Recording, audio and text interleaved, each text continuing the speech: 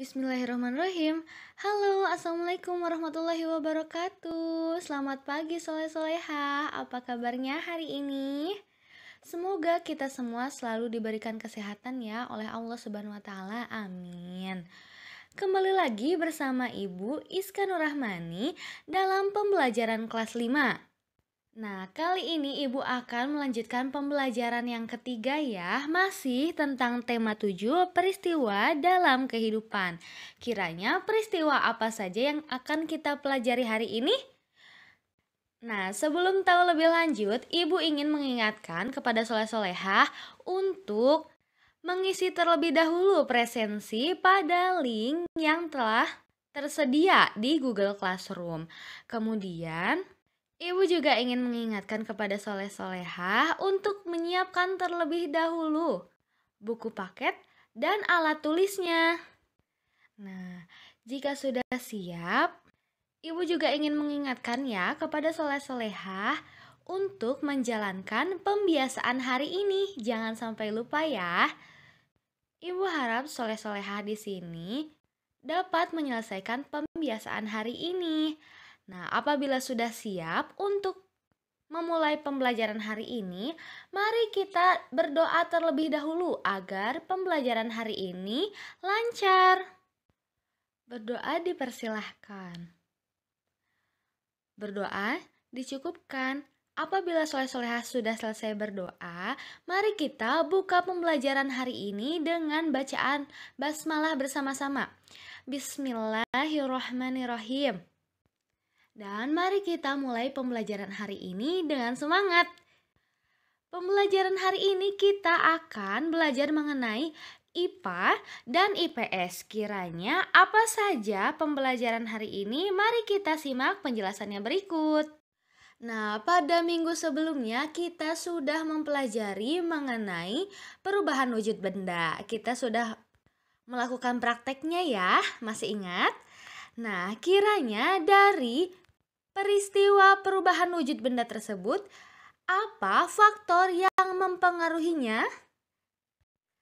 Ya, jawabannya perubahan wujud benda dipengaruhi oleh kalor atau panas. Kira-kira apa saja perubahan wujud benda yang dapat terjadi akibat kalor? Mari kita simak penjelasannya berikut. Contoh perubahan wujud benda yang dapat terjadi akibat kalor, diantaranya ada proses mengkristal, membeku, mengembun, mencair, menguap, dan menyublim. Untuk proses mencair, menguap, dan menyublim, proses ini terjadi karena benda-benda yang berubah menyerap kalor dari lingkungan sekitar. Maka jika dipanaskan ataupun didiamkan, benda tersebut akan berubah wujud. Sedangkan mengkristal, membeku, dan mengembun terjadi karena benda-benda yang berubah melepaskan kalor ke lingkungan sekitar atau melewati proses didinginkan sehingga dapat berubah wujud. Nah, dari praktik minggu sebelumnya mengenai perubahan wujud benda, kita sudah mempraktikkan bagaimana proses mengembun, mencair, dan membeku. Ada yang masih ingat apa itu mengembun, mencair, dan membeku? Proses mengembun adalah proses perubahan wujud benda dari gas ke cair. Sedangkan proses mencair ialah proses perubahan wujud benda dari padat ke cair. Sedangkan membeku adalah proses perubahan wujud benda dari cair ke padat. Nah, itu dia. Ibu yakin soleh-solehah di sini masih ingat ya? Nah, dengan demikian kita telah mengingat kembali tentang membeku, menguap, dan mencair. Sekarang kita akan mempelajari tentang proses perubahan wujud benda lainnya, yaitu mengembun, mengkristal, dan menyublim. Nah, kiranya apa yang dimaksud dengan proses mengembun, mengkristal, dan menyublim? Untuk mempelajari lebih lanjut, mari kita simak penjelasannya berikut. Yang pertama ada mengembun. Mengembun merupakan perubahan wujud dari benda gas menjadi benda cair. Contohnya, tetesan air di permukaan gelas yang berisi air dingin. Nah, udara di sekitar gelas turun akibat suhu air dingin di dalam gelas. Akibatnya, udara tersebut berubah menjadi wujud cair dan menempel di permukaan gelas. Itu dia kurang lebih penjelasan mengenai mengembun. Nah, ini dia adalah contoh pengembunan pada gelas. Bisa kita lihat ya, adanya tetesan air yang berada di permukaan gelas. Itu adalah hasil atau proses dari mengembun. Yang kedua ada proses menyublim. Nah, menyublim merupakan perubahan dari wujud padat menjadi wujud gas. Ukuran dan berat benda yang menyublim lama-kelamaan akan semakin berkurang. Contohnya, benda yang mengalami penyubliman antara lain adalah kamper dan es kering. Nah, ini dia adalah contoh penyubliman es kering. Nah, soleh-solehah di rumah bisa mengamati proses menyublim ini pada kamper yang digunakan di rumah. Biasanya digunakan pada toilet ataupun lemari ya. Ukuran dari kamper biasanya semakin lama semakin mengecil atau bahkan hilang. Nah, perubahan wujud pada kamper ataupun es kering itu dari padat ke gas merupakan contoh dari peristiwa menyublim. Nah, selanjutnya ada peristiwa mengkristal. Nah, proses mengkristal atau mendeposisi merupakan perubahan wujud benda dari gas menjadi padat. Umumnya, proses mengkristal terjadi akibat dipengaruhi suhu yang dingin. Peristiwa pembentukan kristal es dari uap yang sangat dingin merupakan contoh dari proses mengkristal. Nah, ini dia contoh gambar dari proses mengkristal ya. Proses pengkristalan es yang terjadi dari uap yang sangat dingin. Pada musim dingin biasanya uap-uap di suatu daerah ataupun suhu di suatu daerah itu sangat dingin sehingga mengubah suhu yang berupa gas menjadi padat seperti es. Kira-kira apa dampak yang terjadi dari adanya perubahan wujud benda secara luas? Perubahan wujud benda dapat berdampak pada fenomena alam. Nah, contohnya yang terjadi pada negara kita, Indonesia. Kira-kira apa dampak yang dapat terjadi? Nah, fenomena alam yang dapat terjadi di suatu wilayah berdampak karena adanya perubahan suhu udara. Nah, setiap negara memiliki perubahan suhu udara yang berbeda-beda. Maka dari itu, perubahan wujud benda ataupun yang terjadi pada fenomena alam itu juga akan berbeda pula. Indonesia merupakan negara yang berada di daerah Khatulistiwa. Akibatnya, Indonesia mengalami musim kemarau dan memiliki suhu udara yang cukup tinggi. Namun, di belahan timur Indonesia, tepatnya di Gunung Jayawijaya, Papua, terdapat fenomena munculnya lapisan es di puncak gunung yang dipengaruhi karena rendahnya suhu yang berada pada daerah yang sangat tinggi di wilayah Indonesia bagian timur. Hal tersebut menunjukkan bahwa fenomena alam juga dipengaruhi karena adanya suhu dan suhu itu dapat membentuk perubahan wujud benda yang terjadi pada fenomena alam. Lapisan pada puncak Gunung Jayawijaya Papua memiliki wujud padat sama seperti es pada umumnya yang terbentuk akibat suhu yang sangat dingin, maka fenomena alam tersebut terjadi akibat perubahan wujud benda mengkristal. Nah, dari penjelasan tersebut menjelaskan tentang fenomena yang sangat menarik dan menimbulkan pertanyaan di antaranya. Sekarang, mari kita berdiskusi mengenai fenomena tersebut. Kiranya, apa proses perubahan wujud benda yang terjadi saat pembentukan lapisan es tersebut?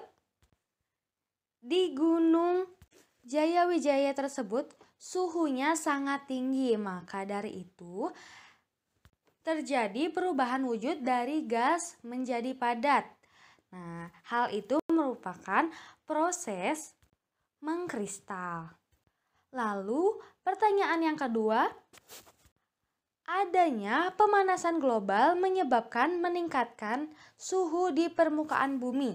Nah, kiranya apa yang akan terjadi pada lapisan es tersebut di Gunung Jayawijaya tersebut jika pemanasan global terus terjadi? Nah, ya jawabannya benar ya. Apabila proses pemanasan global terjadi, maka lama-kelamaan suhu di permukaan bumi itu akan semakin tinggi. Jadi, es yang ada pada lapisan permukaan bumi akan mencair. Nah, itu dia kiranya mengenai fenomena ataupun peristiwa perubahan wujud benda yang berpengaruh pada fenomena alam ya. Nah, pembelajaran selanjutnya kita akan mempelajari mengenai kegiatan pembangunan untuk mengisi kemerdekaan, muatan ilmu pengetahuan sosial. Nah, tadi kita telah membicarakan tentang Provinsi Papua ya yang memiliki gunung es di Indonesia. Saat ini Provinsi Papua sedang melakukan pembangunan, khususnya di bidang infrastruktur seperti jalan tol dan lain sebagainya. Tujuan dan cita-cita Indonesia yang tercantum dalam Pancasila dan Undang-Undang Dasar 1945 yaitu mewujudkan kemakmuran yang merata bagi masyarakat Indonesia secara material maupun spiritual. Nah, tujuan dan cita-cita tersebut menjadi dasar adanya pengembangan nasional Indonesia setelah kemerdekaan. Nah, jadi apa itu yang dimaksud dengan pembangunan? Mari kita pelajari pengertian dari pembangunan. Pembangunan merupakan suatu proses yang dilakukan oleh manusia untuk memperbaiki tingkat kehidupannya secara material maupun non-material ataupun spiritual. Nah, ada lagi yang menerjemahkan bahwa pembangunan juga merupakan usaha untuk menciptakan kemakmuran dan kesejahteraan rakyat yang hasilnya dapat dinikmati oleh seluruh rakyat secara adil dan merata. Nah, dengan demikian kita akan mempelajari tentang pembangunan untuk menciptakan kemakmuran dan kesejahteraan rakyat dalam mengisi kemerdekaan. Berdasarkan tingkat ekonominya, Indonesia tergolong sebagai negara yang berkembang. Oleh karena itu, bangsa Indonesia masih memerlukan perkembangan secara menyeluruh di berbagai bidang baik ekonomi, sosial, budaya, dan politik. Rancangan pembangunan di setiap negara memiliki perbedaan satu dengan yang lainnya. Hal ini terjadi karena adanya perbedaan kemampuan ekonomi negara dan kebutuhan yang ada dalam masyarakat masing-masing negara tersebut. Nah, ini dia ada contoh pembangunan yang dilakukan pemerintah dalam membangun fasilitas umum bagi masyarakat. Apa saja di antaranya? Yang pertama ada pembangunan bendungan yang bertujuan untuk memenuhi kebutuhan air masyarakat dan sebagai upaya pembangkit listrik, juga pencegahan banjir dan tempat wisata di daerah tersebut. Selanjutnya, ada juga upaya pembangunan jembatan yang bertujuan sebagai sarana transportasi yang menghubungkan masyarakat dan mendorong pemerataan. Nah, kiranya itu dia adalah salah satu ataupun beberapa contoh dari pembangunan yang dilakukan oleh pemerintah dalam memberikan fasilitas umum bagi bangsa Indonesia sebagai upaya pencapaian tujuan dan cita-cita dari dasar negara Indonesia yang telah kita buat setelah kemerdekaan. Nah, selanjutnya ada latihan yang harus dikerjakan soleh-solehah ya hari ini, yaitu kita buka halaman 157 pada buku Bupenamu, jilid 5C, tema 7, subtema 3, nomor 1, 2, dan 3. Bisa diperhatikan ya. Yang nomor pertama itu ada peristiwa-peristiwa, ada beragam peristiwa ya, ada A sampai E. Nah, di situ soleh-solehah pilih, tunjukkan peristiwa mana yang termasuk peristiwa pengembunan. Nah, boleh dituliskan dan kenapa peristiwa tersebut menunjukkan proses perubahan bentuk wujud benda pengembunan. Jadi jelaskan alasanmu sejelas mungkin. Kemudian di soal nomor 2 ada lengkapilah kalimat berikut dengan jawaban yang tepat. Nah, di sini ada 3 ya, ada A sampai E. Soleh-solehah harus mengerjakan semuanya. Yang A, mengembun adalah contoh perubahan wujud benda apa menjadi benda apa ya. Dilengkapi kalimatnya. Kemudian yang nomor 2 dikerjakan ya sampai C. Terus yang nomor 3, apa yang menyebabkan terjadinya hujan? Apakah ada kaitannya dengan peristiwa pengembunan? Jika iya, jelaskan alasanmu. Nah, tadi kan Ibu sudah menjelaskan salah satu contoh peristiwa alam yang terjadi dan berhubungan dengan proses perubahan wujud benda ya. Kalau di dataran tinggi gunung di Papua itu ada proses mengkristal. Nah, sekarang prosesnya itu, fenomena alamnya itu adalah pembentukan hujan. Kiranya ada nggak kaitannya dengan proses peristiwa pengembunan? Coba jelaskan. Itu dia soal latihan yang harus dikerjakan ya oleh soleh-solehah. Semoga dapat dimengerti dan dapat dikerjakan. Tuliskan jawabannya pada buku tulismu dan kirimkan pada wali kelasmu. Nah, alhamdulillah dengan demikian materi pembelajaran hari ini dicukupkan sekian soleh-solehah. Kita sudah mempelajari mengenai perubahan wujud benda ya, dan juga dampaknya pada fenomena alam. Serta kita sudah mempelajari mengenai upaya pembangunan yang dilakukan di negara Indonesia sebagai pengisi ataupun pencapai tujuan dan cita-cita dasar negara Indonesia yang telah disusun setelah kemerdekaan. Itu saja kiranya penjelasan materi hari ini. Terima kasih kepada soleh-solehah yang telah menyimak pembelajaran hari ini sampai selesai. Semoga ilmu yang kita pelajari bermanfaat ya. Dan anak-anak hebat di sini dapat memahaminya. Nah, selain itu ada tugas yang harus dikerjakan oleh soleh-solehah. Jadi jangan lupa untuk mengerjakannya ya. Tetap semangat belajar. Dan Ibu yakin anak-anak hebat di sini akan menjadi orang-orang sukses di kedepannya. Amin.